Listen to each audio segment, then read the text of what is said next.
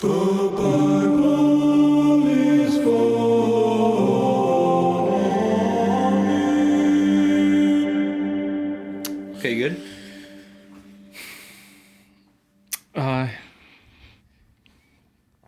Let me ask you a different question. Are you well?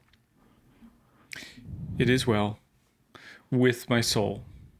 Is this the right? Is my levels? But are you well? I don't know. What does that mean? I think it's just like first when I say the word well, Well, that tells me a lot. I don't know what you're talking about. Guys, be praying for Tim. Hi, welcome to the podcast. Welcome. What are you talking about? I don't get your jokes. My name is Anthony and that's Tim. We are together here. The Bible is Funny Oh, podcast. I thought you were going to give him our collective superhero name. Together, No, we are never telling him that. That's secret stuff. Rick Moranis. We are here, though. We are collectively Rick Moranis. We are here on the Bible's Funny podcast to do an episode, Tim, and it's great to see you. Thanks. It's really, why are you saying? You act like I just walked in the room. You seem like you're doing well. What are you talking? Yeah, I'm fine. Well, today we're going to do a very special segment we like to call Christian Movies Are Funny. it's very special. Before we do, I think we should talk about a couple things. One, the Florida Torta. One more show. As of this release, you can see it in Orlando. We did Jacksonville. We did Tampa. Jacksonville was really fun. Jacksonville was really fun. As of this recording, we've only done Jacksonville. Tampa is tomorrow, but when this is released, Tampa will have already happened. You're not supposed to date the podcast. I know, but you know, dated it. I want people. I don't like fibbing to the people. Orlando is going to be a couple days from this. If you have not seen Florida Torta yet, why not in Orlando? I mean, you can travel there. It's a great airport. You can go see other things. It's cheaper than Disney. It's way cheaper than Disney. Yeah, by a lot. Or you could send your kids to Disney, come to the show. They won't care. Yeah, you guys do Dumbo. We'll be right here when you get back. Run. Scoot. Run. FloridaTorta.com. You can get those tickets. It's been awesome. It's been so fun seeing people getting to like see you and your beautiful faces and spend time together. Not all of them are that beautiful, but I'm just kidding. They're all very pretty. It's been cool to see, like, you don't know who's back there. That's right. Listening, and then you get to meet some people in person, and you're like, Right. oh, these people are decent. These are good folk. I like All this. of our folk are good folk. At least the ones that showed up. Yeah, that's right. Except for that one guy. Oh, yeah. I forgot. You know who you are. So come and check it out if you haven't yet, FloridaTorta.com. Or if you have, maybe you saw Tampa and you're like, I got to see what happens in Orlando, because every show is different. They are different in significant ways. A lot of this is happening in real time in the room every single night. So it's been super fun. We love our friends at Ninjas or Butterflies. And it's been just so fun. So come and check that out. I also have something I wanted to talk about here at the Open with you, Tim. Yep. It's been on my mind a lot. Something I think I've been thinking about a lot. Well, is it that thing? Is that the bit you're doing? I don't think I have ever stood up straight. I think I was watching a video the other day about standing up straight, and it was like, well, of course you want to have your back is kind of and your shoulders are back, and your neck is at the right, and I'm trying to get it all right. And I don't think I've ever done it. I don't know that I'll ever do it. I don't want to be too technical, but I don't think you can. I don't think our spines are curved. You can't stand up. You can't straighten your spine unless something's wrong. But people attribute a lot of issues to posture. And I've been like, I want to do better with posture. So that's why I'm getting this on my algorithm.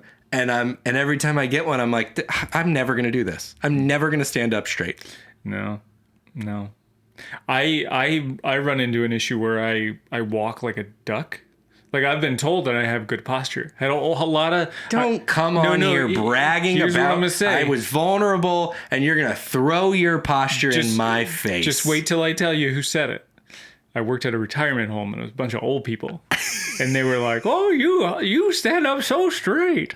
And I was like, okay, cool. You're also a very pretty girl. I'm not any of that. Okay. But they would tell me, like, multiple people say I stand up straight. But I think, I don't know what was throwing them off because, like, my butt sticks out when I walk. You're supposed to do that. I'm just saying that's not straight. That's duck walk. I run like that too. It's all weird. I've been at this. I have a real natural can-do attitude, and I got to tell you, I don't think I'm going to do it. I don't think I've ever done it, and I don't know that it can be done. Is my question? I think you might be right. Well, on that note, I'm not going to stop smoking cigarettes. In fact, I'm going to light one up right now. Just kidding. I don't. No, that's bad for you. Don't do that. But I just don't know. It's almost like what I started to feel like was if you've ever had somebody try to teach you a golf swing and they're just shouting the most unconnected like things you're doing. Check your feet and then your knees should be bent and you're a pendulum, and don't forget about your elbows, and you want to have your ears tuned to where the wind's blow, and you're like, I'm just not going to do this right. Which is by funny. any standard. Yeah. I mean, it is funny you bring that up because if I were to give you golf instructions, it would be, because I've seen you swing, it would just be hit the ball. That's what when you swing. Right. That's it. I wouldn't even talk about your hips in the pendulum. Just touch the ball instead of missing it. It'd be a big upgrade for me if I successfully took that advice. If you're out there struggling to stand up straight, just know you're not alone. I think this is a made up thing. I don't even know that I don't know that I buy any of this. Now you're getting into conspiracy They're theories. trying to sell That's not our thing. Some sort of device that makes you stand up straight, and it's just like you can't stand up straight. Nobody can stand up straight. Accept it. You stand how you stand. Move on. Do you think the more we stand up straight, though, the more human we'll become? Isn't that what separates us from the animals? Oh yeah, maybe. From the primates? Maybe. And maybe that's the other ones. Do the giraffes, do they stand the straightest? No, they just have the longest neck. Remember, from their head to their back leg, there's a big L. I believe they have the same amount of vertebrae as we do. They're just bigger. Isn't that wild? I don't think you can stand up straight. So if that makes you... I realize we're going to lose followers over this take. I realize this is a controversial. And the last thing we need in this moment is more controversy. But I don't think it's possible to stand up straight. You need to say things that unite us, not divide. Okay. We all don't stand up straight. You know when you're standing up straight? When you're laying down. I think that's when you're standing up straight. We're going to cut all of this, That's when everything is in line. Oh, that's my... I thought you were going to have I'll be honest. I thought you were going to be like, oh, I could tell you how to stand up straight. Because I'm Tim. I know how to do all the things. Okay. I'll give you a how-to on how to do. That's what I thought you were going to say. That's not what I'm here for. If you're seriously seeking advice for standing up straight, I'm also not going to give it to you because I want you to die earlier. I want to win the competition. I don't want you to die now. Right. But I still have to outlive you. Sure. That's how competitive I am. I'm just going to try to stand up straight this whole podcast. Sit up straight. All right. Today on the Bible's Funny podcast, it is a Christian movie kind of day. And we're here to talk about a Christian movie. Tim, let's get real acoustic today with the 2013 film Grace Unplugged. Grace Unplugged is the film we're going to review today. Tim, what do you know about this movie? This film was written and directed by Brad J. Silverman, like you said, in 2013 this thing was released. Also written by Brandon Rice and James Killian. This film stars A.J. McCullough as Gracie Trey. She's been in a couple different films. She was in Super 8. She's also a singer in real life. She is half of the pop group Allie and AJ? She's AJ, I think. I cannot believe I missed that. Are you? Is that a real band? Oh yeah. It took too long, it took too long, it took too long for you to call back. And Everything I heard, would just forget that. That's fine. Except for the fact it was my birthday. You have to my stop. stupid birthday. You have to stop now. So good. No, nothing I heard from them was good in any way. I can't believe she was half of Allie and AJ, and I just right in front of my face the whole time. Right in front of your face. She does sound a lot different than any of the songs that I heard. Like how she presents on the film, it's not how she sounds on the albums. They're terrible. Disagree. Disagree. I know, but you also think your singing voice is acceptable. What is the song to put on a podcast, and nobody else does? I can't remember like the chorus of that song, but that song was a bop. We can table it for like never. This also stars Kelly Thiebaud as not Tim Thiebaud. Thiebaud anyway as Renee Taylor. She was in General Hospital like most of everybody else. Wait. The wife of John. Wait. Kelly Thiebaud. Oh, Renee Taylor was this. Okay, sorry. Renee Taylor was the pop singer. That's my bad. I was lost. That's cool. This stars James Denton as Johnny Trey. I just love that name. But James was in Desperate Housewives, The Pretender, lots of Hallmark movies, Two Guys, a Girl, and a Pizza Place. Most famously, I think, for this film, it stars Kevin Pollak as Frank Mossy Mostyn. Mossy. He's in all the good things. A Few Good Men. He was in Usual Suspects. He was even a stand-up comic that performed in Jacksonville, Florida. The same comedy club where we just did the Florida tour. We saw his picture. That's a good plug. He was also in Marvelous Mrs. Maisel, Casino, Wayne's World. Like his list goes back to like 1984. But he's been in everything, and he's really good. Stars Shawnee Smith as Michelle Trey. She's in a bunch of the Saw movies. That's her. Wow. That's the mom. So I assume she's pretty messed up emotionally from that. Who's she in Saw? I don't know.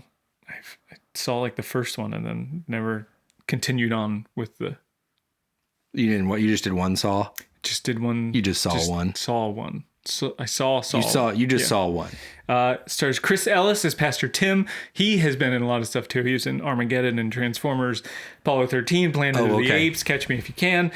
His list goes back to 1979, so he's been in a million things. He's the pastor. And then it stars Emma Catherwood as Kendra Burrows. I never really heard of her. And then Michael Welch as Quentin, the intern. Yes, was he in other stuff? He looked familiar. Not anything I recognized. I know he looked familiar to me too. Yeah. I think. Crap. Who was he? I think I wrote down who he reminded me of, but I forget. Oh, must be like one of those. Yeah, he's kind of looked like. Yeah, he looked dude. And even acted like. I think he even like kind of presents like the person he looks like. Well, I'll bring it up in a sec. Okay. I'll bring it up later. I'm really shook that it was called the Something Breakup Song by Allie and AJ, and I was into it. I liked that song. That's great. Shook by that. Okay, how about a summary of this film from the interwebs? Yeah. This summary comes from IMDb, as all my summaries do. Grace Trey is a phenomenal singer. But at the tender age of 18, after she gets the music break of a lifetime and is thrust into the real world, her faith is put to the test. That's it. Very good. Very good. All right, we're going to dive right in here together before we do a couple things. If you've been here before, you know what we're about, what we do, but we'll say it for our friends that might be new to the podcast. Here's the things I want to say. First of all, we're going to talk about this movie. We have consumed it separately. We come here together today with you to discuss the film. Our discussion about this film, our critiques potentially, we don't know. Let's see how it goes. About the film, they do not reflect on the makers of the film, the stars of the film. These people show up, they did their thing, they worked, they made a movie, and that's really an accomplishment, right? Like that's a big deal to put all that time and effort and make something for people to watch. So this is about the movie Grace Unplugged. The following. This is not about the directors or writers. All that. This isn't about their personal selves. This is about this piece of art that was created and and put out into the world that we consumed on BYU TV. Yeah. Shouts out. Some people had to leave their side hustles as half of a pop duo to record this film. That's right. I think it was called Potential Breakup Song. Nobody cares. Literally nobody. Don't ask the room. Nobody cares. It just hit me. So we're going to go into a little bit of a more deeper analysis now of the film that will contain spoilers. I'm going to read just sort of a synopsis, like a run through, and everybody will be up to speed with where we are in the movie as we discuss further from there. So if you would like to watch this film, no spoilers, now is your time to maybe pause the podcast, head on over to BYU TV. I'll put the link in the show notes. It is free, no ads, and that's kind of nice. Mm-hmm. But then BYU has your email, or maybe that's just how the internet works. So I'll put that link in there. You can go watch it now if you want no spoilers. If you are okay continuing with spoilers, just give our friends a minute to make that decision, and then we'll continue on. All right, let's go ahead. If you left and came back, welcome back. If you stayed, here we go. Grace Unplugged. God made musicians to play the piano, but the devil tempts them with the guitar. And the devil has his sights on his next victim, Grace Trey. Grace Trey is the daughter of John Trey, a one-hit wonder whose alcoholism and deficient songwriting shortened his time on top of the charts. After the music industry chews him up and spits him out, John goes to the only place that welcomes people with musical talents and zero ability to create original songs. He becomes a worship leader. Grace Trey starts under her father's tutelage, but refuses the shackles of the good Nord. She wants pop stardom. She wants fame. She wants to play guitar. And after yet another blow up with her dad, Grace has had enough. She's done being known as the daughter of John Trey. She's done living in his shadow. So she records a cover of his hit song. I don't show him. The music industry loves her, and after an hour of rehearsal, she's sent on a nationwide tour. She eventually sees the evil side of the industry with its fake relationships, its very specific cocktails, and the expectation that when you say you can write a song, you actually do write a song. It's just not fair. Grace sees it's clearly time to say no. Piano, specifically. She returns to the praise team, to her father, to her black friend she stopped talking to in the first act of the film, and 2 years later, she's living every girl's dream. She's on tour with her father, the future father of her children, and the good father himself, Chris Tomlin. Grace Unplugged, everybody. Well done. That was it. You got the whole. It was very thorough. I actually had to trim that. I was very engrossed in the film. Mm-hmm. Tim, let's break it down. What was something that was shocking to you about Grace Unplugged? I think the most shocking thing to me was that her publicist, Kendra, just gives her lingerie as a gift. Okay. Like, for her new Hollywood boyfriend. And then, I hope this ends up in the cut too. One of my favorite moments was her shocked look when Gracie looks at her and is like, do you really think he's that type of guy? And she looks at her, like, the publicist looks at Gracie and is like, like, is he the kind of guy that's going to want to see me in lingerie? And you're like, I don't know what to tell you. I don't know that it's kind of how guys are. Like, makes him a bad guy straight off the jump. Right, but I don't even care about bad or good. It's that she's shocked at this. Like, do you think he's really that kind of guy? Yeah, he is a dude. Right. But I'm saying it was positioned as like, of course it's bad. He's that type of guy, right? Who likes to see the woman he loves in lingerie, right? He might be. They all might be. They all kind of might be. There's a chance they all are that type of guy. If they're not, That's when we start asking some other questions. There's more questions. Okay, we're jumping right into that. I had that a little bit later, but I don't see any reason to double dip. I had it as a high point. I bet you did, you little perv. Because tell me why. They never really showed you what was in it. No, right. I put a question mark by like, is it lingerie? So I think here's the angle I'll take with you. Follow me if you will. It's clearly a lacy something, and it's in this little box, and she barely holds up a strap of something. I know there's kids in the car. I'm not going to get too into the ins and the outs of lingerie, but some is just one strap does not really tell us what it is we're dealing with. So I almost thought when she looks at it and pulls up one thing and is like shocked, I'm like, what the heck's in that box? Right. What kind of weird it was red and lacy stuff is in that box? And it was a high point because maybe there's more in there. This is what I'm saying. Like it was almost like if you've ever seen Pulp Fiction, they have the case and you never see the case, but it's like glowing and you're like, what's in the case? Like that's the whole thing, right? The movie Seven, what's in the box? This was like, what's in the box? We got a little glimpse. We don't know what's in the box.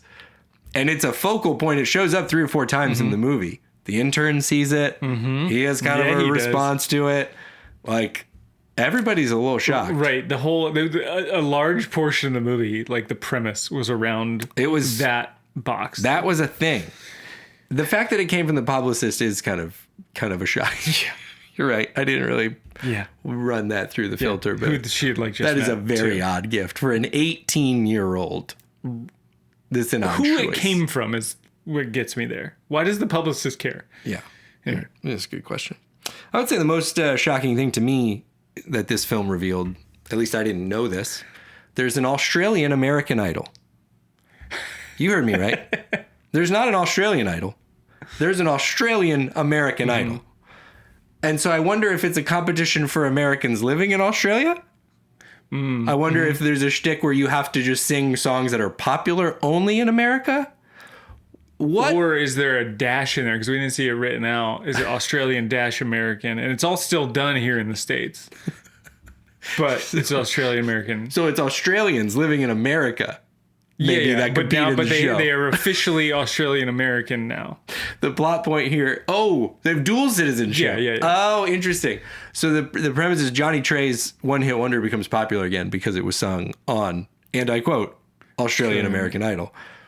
And I think that it's just shocking to me that exists. I think that's great. I think we need more specific American Idol iterations. Have we verified that this is a real thing?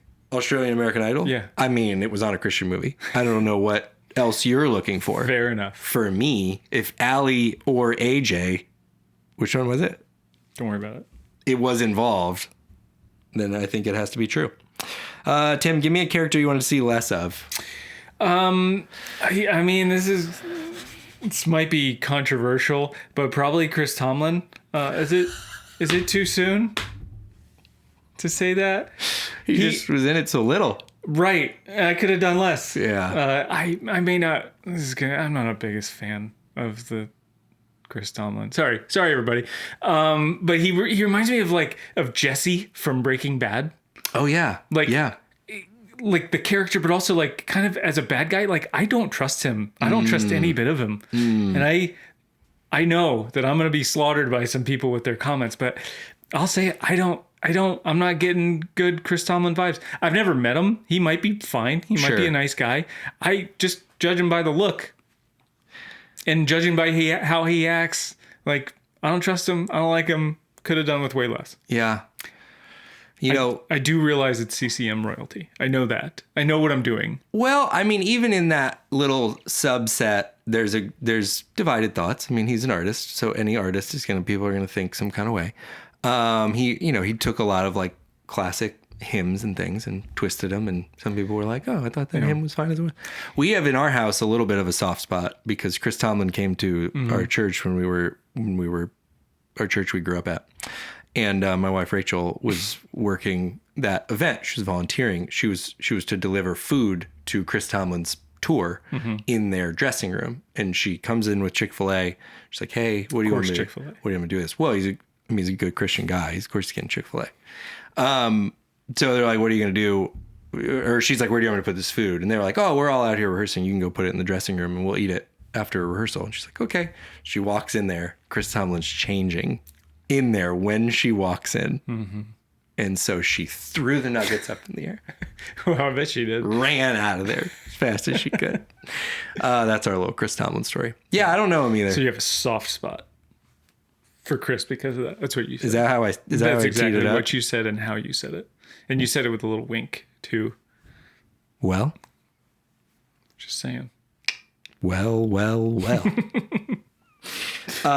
Character I wanted to see less of was the mom, Gracie's mom. Mm-hmm. Specifically, she doesn't have a lot in the film, which I always feel bad for actors in that situation. She doesn't have a ton of screen time. In two of the interactions, one of them, Gracie has this big blow up, leaves the home and leaves a note of like her leaving the home, and everyone's upset. And she says to John, maybe if you weren't so hard on her, she wouldn't have run out like this. And then like about 20 minutes later in the film, she's talking to her friend. And she's like, yeah, John really blames himself.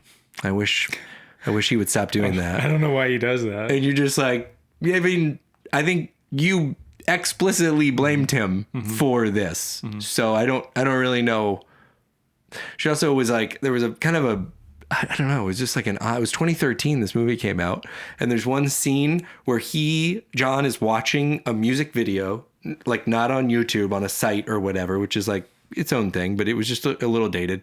And then the mom is reading a newspaper on the couch. And I just was like, this looks like 1999.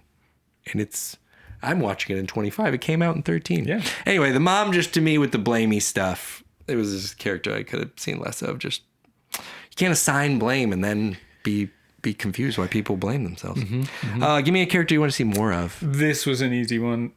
Quentin the intern. Quentin the intern. The Quintern. I just said, what a gem. So I wrote down, he reminds me of Shia LaBeouf. Yeah. It's it. Like the personality, especially like in the younger years, when he's like really lovable and likable. Like this guy, he was great. He's just got great timing. Like his comedic timing on everything was really good. His lines that were supposed to be funny hit really, really well. He did everything I think he was asked to do. Yeah. There's a one line at one point where he goes, he's like, I don't know. Oh, when he's delivering the stuff to her, to her apartment, and he's got a key. He's never met her before, and he walks in the door, and she walks in, and like the door is open, and there's some stranger kind of in her apartment. Of course, she'd be shocked. Like somebody broke into her LA apartment, and he gets discovered, but he's such a nice guy, and he's like, oh, I'm sorry, I don't know why they do. He said, I don't know why it's night. They just make me do things. And I was like, that was a really well delivered line. Yeah. I liked him a lot. He was really good. Mm-hmm. I thought he was in other things. Like I was very shocked at the beginning of this podcast. He's in other stuff, but nothing I've ever recognized. I'm really trying to place, because there is definitely like a significant actor he reminds me of, and it's the one I'm closest to is it's the guy from Pitch Perfect, who's it's the guy from Pitch Perfect who's like, I think the love interest in the first one. Is he in Pitch Perfect? I'm looking at it now. He's not. Who's Stalking Me? The Final Wish. Okay. Carcaton. Chasing Eagle Rock. Yes. A Haunting in Cawdor. Scandal. He does Scandal. He does very specific, like location specific. Hansel projects. and Gretel Get Baked. Is that what you I think want? We're into Twilight. Something. He's in Twilight. He is Bella's like high school fling in Twilight. That's who he is. Mike Newton? Yeah, he's the guy that's always trying to ask Bella out. Okay. There it is. That would have driven me nuts. Man. Okay. Good for us. Character I wanted to see more of was, and I got to give a little backstory because I looked away. I was folding some laundry while I was watching this, so I looked away. And when I looked back, the character was off screen, but it was the person that had the music blog. It was like running the music blog, and it was just great. It was RFK. It was clearly RFK that had a music blog, and the flowers arrived, and I was like, how was he in? I didn't know he did any movies. So I never saw the character, but it's clear. I mean, you know the voice, so that's who. I wanted to see more. I'm like, You want to see some? if you're going to have RFK in the movie, you should have RFK more in the movie. That's fair. Give me a character that reminded you of me, Tim. All right, you're gonna like this one. I don't often give you good ones. I kind of brace for this section because you haven't earned the good ones. Because you're always like, this guy reminded me of you because he pooped his pants. You remember that time? I'm going to tell all of the podcast audience you pooped your pants. My character that reminded me of you was Mossy. Yeah, I told you were gonna like that. And it's not just like the way he looks. It's not just it. But I felt like he talked to his old buddy Johnny's daughter. He talked to her the way that you would talk to my kids if you were just trying to explain like logical stuff. He's like a decent guy. Yeah. And he's level-headed, and he's one of the only people in this whole film that's thinking straight at all. I kind of agree, yeah. And I don't normally say that about you. I appreciate That's not your that. role in my life, is to be a straight thinker. But I just liked him. Again, like the way he talks to the kids, or to the daughter, and at one point he goes, his line about like Grace says like, my dad just won't understand. He doesn't understand any of this, and he goes, well, maybe he'll come around once you're on iTunes, Spotify, Pandora. I loved hearing the name Pandora. Mm-hmm. I used to hit some Pandora stations. Yeah. I'm not in your life to be a straight thinker, but I am in your life to be a straight stander. Shoulders back. Which you'll never be. Head up. This is wild. The character that reminded me of you, I said Mossy. I said Mossy, guys. I love when we're synced up. It's never. We've never done that. Had the same. We've never had the same, and I think, and I actually really respect our craft here because I have different reasons. I thought one thing I think you have a skill of is like kind of finding a good logical solution when there's a degree of panic. Mm-hmm. So what is kind of a funny scene in the movie? She has to debut an original song, and it's supposed to be a demo, but somehow this amounts to her in a boardroom full of people having to play live on her guitar, which I thought was clunky, but maybe we have music industry friends that will tell me that's very normal. It fails miserably. She can't write a song or whatever. And so it kind of feels like everything's falling apart. And then the next time she sees Mossy, she's been offered a record deal because her cover of her dad's song is doing so well. And Mossy's like, oh yeah, we have writers that can write songs. Right. And then he says, more, we only thought you could write a song because you said you could write a song. Mm-hmm. We would have been past this a long time ago. Mm-hmm. If you would have just said, I can't write music, we would have said, no problemo. Let's go get some songs from some writers. It was just very sense of logic, sense of problem solving. Right. I also like the belief. I think you instill a lot of belief in people. And when he looked at her and said, you're going to do great. You rehearsed for like an hour with the band, right? I mean, what else do you need to do? For the one song you were playing. Just one song. Which that was just, so many times I had to remind myself. She's sent on a nationwide tour, friends. Singing one song at a time. All we know is she can sing one song. That's it. Mm-hmm. Unless she did other covers, I guess. There was a lot of people that showed up for one. Anyway. One song. We'll get to that. One song. Give me a low point. Low lights. 1 second. I need my water. The low point for me was like the God/dad manipulation stuff that dad was doing to his daughter. Yeah. Like the way he talked to her about like disappointment and like purity. So he is giving her a hug and he looks up to God and says, she's yours now. Like, what a gross thing to say or do, by the way. Like, if you believe that, like, this is a child of God, this is God's kid and not your kid, or there's a transition period. Right. Then it's as if you are a God-level creature handing over ownership of a human to another deity. Definitely. Gross. I definitely agree on that one. Yeah, and then his like giving her, and I know this is a cultural thing, but like him giving her like the purity ring. That was mine. And like I just can't wait I can't wait until if I were to ever even propose that with my daughter, if she just laughed in my face. She's 9. I'm not worried about her purity or whatever, but like, Right. good heavens, I would never treat her like that. So the dad says, if there's the one point where he's like, if there's somewhere deep down you still care about pleasing God, then think about what you're doing. Right. As if he knows exactly what's pleasing to God. So I'm going to use this as a platform to say, if you're doing something that isn't church music, if you're just a human being doing things that aren't like singing worship in a church, Yeah. God is still probably happy with you. I'm going to throw that out there. Just as long as if you're good at it and you're not like harming somebody else in the process. So, as long as it's not harming other people, which I can't say for every other Christian related endeavor. So I think God's cool with what you're doing. That's all. I'm just going to put that out there. If you watch the movie and you're like, maybe I still care about pleasing God, but I'm not playing in my worship band. That's okay. You don't have to. Right. It's fine. You're off I the know hook. this is a real tension for people, and it's been played out. You have like your John Formans of the world who are like, who their faith matters a lot to them. Mm-hmm. And not every song they sing ends in like, right. Like, I love Jesus so much that I have to put it in every single song I write. Sometimes you love Jesus so much and it just sort of pours out of you into other artistic, creative endeavors. Maybe like how you take care of other people. How you take care of other people. That could be a thing. That's weird. weird. How you live your life. That's weird. So, yeah, that's a very real thing. I also said that was kind of the ickiness of this whole movie. I said the promise ring thing. I think part of me was like, he gave it to her after her birthday, which is also, I was like... Yeah, she's 18, bro. She's getting into stuff.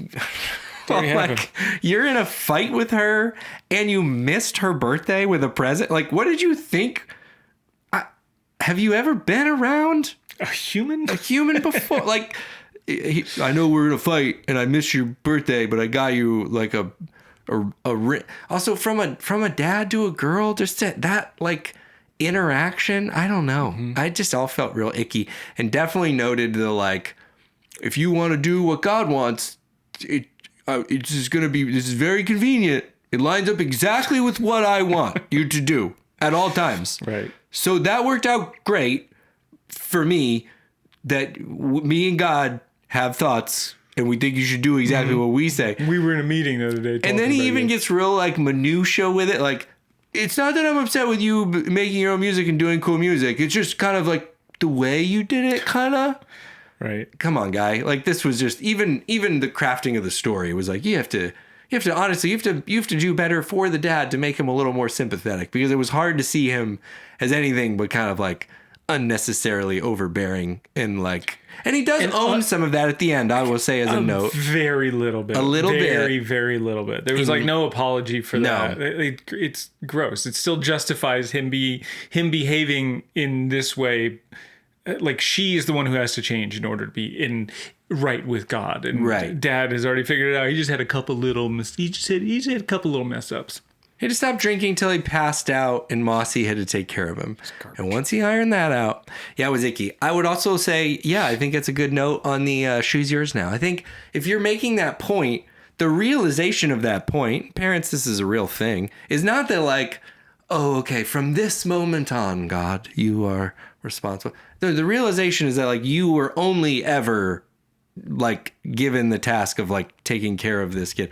Ultimately, it was always God in this kid. That was always there. Right. You're not going now. That's the word I struggle with. She's yours now. Well, no, that's not how this, like, that's your revelation moment. It should be like. And the dad being like, well, it's my now I transfer ownership. Mom had nothing to do with this. It's just me. Too. I will give you to God. Like, it should have been like, hey, the framing of that's got to be, God, I made a mistake. This has nothing to do with the daughter and God. They were kind of doing their own thing. If you're going to say something, it should be about you. And you should say, hey, God, I did too much.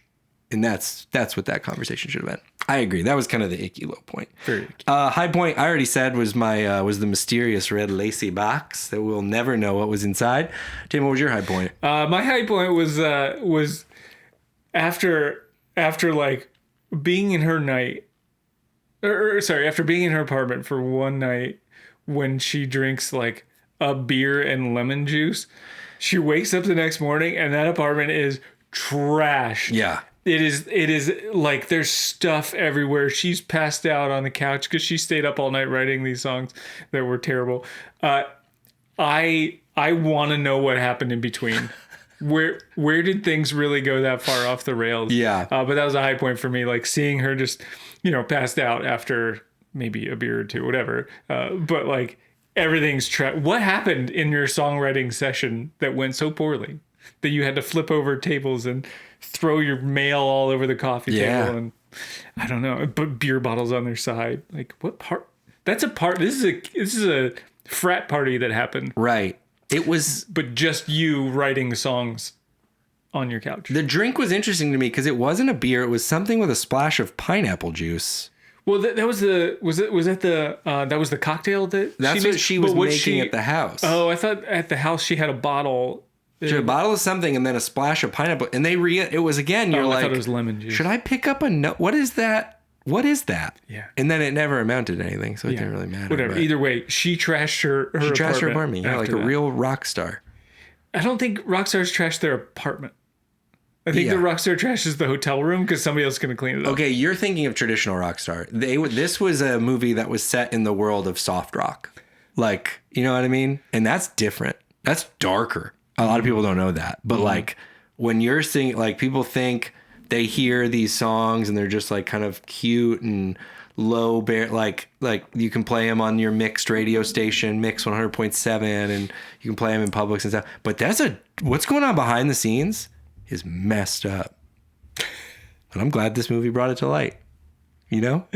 We should all see it. I highly recommend it. The way you write those songs to everyone is through that kind of chaos. That's the only way Sarah Bareilles Ellis produces what she produces. It's just like soft, piano driven. You have to go to some very dark places to get there. Rock bottom. Rock bottom, as it were. Yeah. It's the kind of work Adam Levine does for all of us to enjoy that music. I think we're at the end. Sure. Yeah, we're at the end. It's time to get unplugged. I don't mind talking about the film, but geez, watching it is tough. Interesting. Okay. What's your raised hand emojis then? I can't give it higher than a 1. I mean, Gracie Trey, Gracie May, Macy Gray, Gracie Tracy, Tracy. I like the it kind of stuff. The story was kind of flat. They were constantly like complimenting this girl. Yeah. It was like, she's pretty. That's fine. Yeah. Like, yeah, you gotta. There's something funny about being like, wow, you're gorgeous. You're so beautiful, and your talent is unlike no other I've ever seen. It's a little bit of a I would say self-fulfilling prophecy because it wasn't fulfilled, but like you're saying it, so then we all have to kind of believe it. I wasn't quite buying that part of the story. Right. I'm good with never talking about this again. I give it a 1. Sorry. I was at 4 for this one. Oh my God. You didn't even know that was AJ yet. Here's why the story's so great to me. Because it really is. You have the story of a dad who enters the music scene, creates a song. I would like a prequel about how he made the song Misunderstood, because I think he stole it. But that's backstory that I made up in my head. I think he was working with someone else. He stole the song, maybe murdered him, so they couldn't do it. So like the plot of Coco. No, I just made it up in my head. It's original. And so they can't create. That's the thing, is that this family has this sort of generational curse that they can't create original songs, and it's about how they all find their way to worship leading, because they're like, what kind of a career? We just do covers all the time. Oh, that one. And then the clouds part, and then the big conclusion. She writes one original song she plays at the church. People seem to dig. Is she playing that song on tour? No, she's not. She's playing a cover of a different Christian song on tour. So really, when you look at like the meta story of it all, my only knock is we've got some icky dad stuff going on which it did enough to me to bump it down. I thought The Intern was great. Bump it down to a 4? Yeah, it wasn't perfect, but I was thinking it was going to get darker and it didn't. So to me, I have that in my plus again. And I should clarify, I haven't done this in a while. This is my B movie rating. This is, if you're in it for a fluffy B movie, to me, I give it a 4. It's a lot of the stuff you want, and it got there. It was well done. People making the movie know what they did. Shout out to our guy Rob. He always talks about this. Like the shots were good. Everything was correct. Right. It was watchable. It was watchable. I'll give you that. Yeah. From a cinematic standpoint, 4-star Christian movie. Audio was good. Yeah. Yeah. Not the most icky. Up there. The dad was super icky, and man, I'm talking myself out of my 4, and I need to maybe stop. Because I'm also like, there was a little shaminess of like, if you make stuff that's not overtly and explicitly Christian, you should feel ashamed and you should quit. Yeah, this is why I'm at a 1. Throw it away. I didn't give it a 0. Go back to whence you came. But there's great artists that they're Christians and they just make their art. You don't have to. Anyway. I'm sticking with my, maybe I'm at a 3.5 after talking more. I might be at a 3.5 after talking more, but this is a very watchable movie. The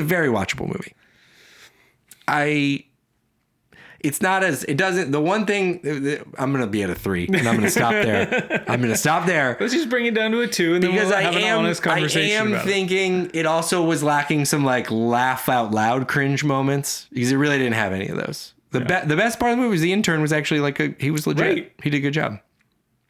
And Mossy's good. Mossy's very... Right. I don't know how they got Kevin Pollak. There's people in there that are moving the story along in a very watchable way. I'm going to land on 3, and that feels in my gut the right one. Because for a 4, I want to be able to look at my friends and say, you should go watch this. Yeah. It is fun to watch with your friends. And I wouldn't say that about this one. I would say, if you were a substitute teacher at an environment where you really didn't want to talk to those kids... That's a decent reason. No, and you're also not that worried about them watching the movie. It's on, right? And you guys are talking and drawing. As long as there aren't any like impressionable girls in there that will take that on and think, I should change my ways because of what Dad said. I should be different to my dad. The only thing is, I don't know that The thing that the reason I'm a little paused on that, because we did the movie with the engagement, with that awful one, whatever that was called, Betrothed or whatever it was. Go back and listen. It's in there. She was really bending constantly to the will of her dad. And I guess what I want to advocate just a hair for on this movie was she really did kind of do her own thing. And the dad had to come meet her on tour. And then she was making her choices. And I thought I liked that. Now, the dad's energy was icky. But I liked that the story did not like show her kind of like crumbling to pieces and then coming back around only because her dad was right. I thought that she did a little bit of the work on her own. I'm at a 3 and that's enough. Started at a 4. You want to go back down to 2? I think we're working our way towards 2. Christian movies are funny. Grace Unplugged. BYU.com. That's, I don't think, great, but it was. I'll put the link in the show notes. Florida Tour tickets in the show notes. Link to this movie in the show notes. At The Bible is Funny on Instagram if you want to send us a suggestion, or if you're watching on YouTube, watching the podcast on YouTube and you want to give us a suggestion for a movie. We'd love to hear it and watch it there. Tim, any other last thoughts for the people? No, I usually don't. I don't think I've ever had one. I'm not going to start today. Way to stand firm. Go in peace. I think you did really well. What is that? Love you guys. Come back with another podcast episode here real soon. We'll see you then. Okay, bye. The Bible.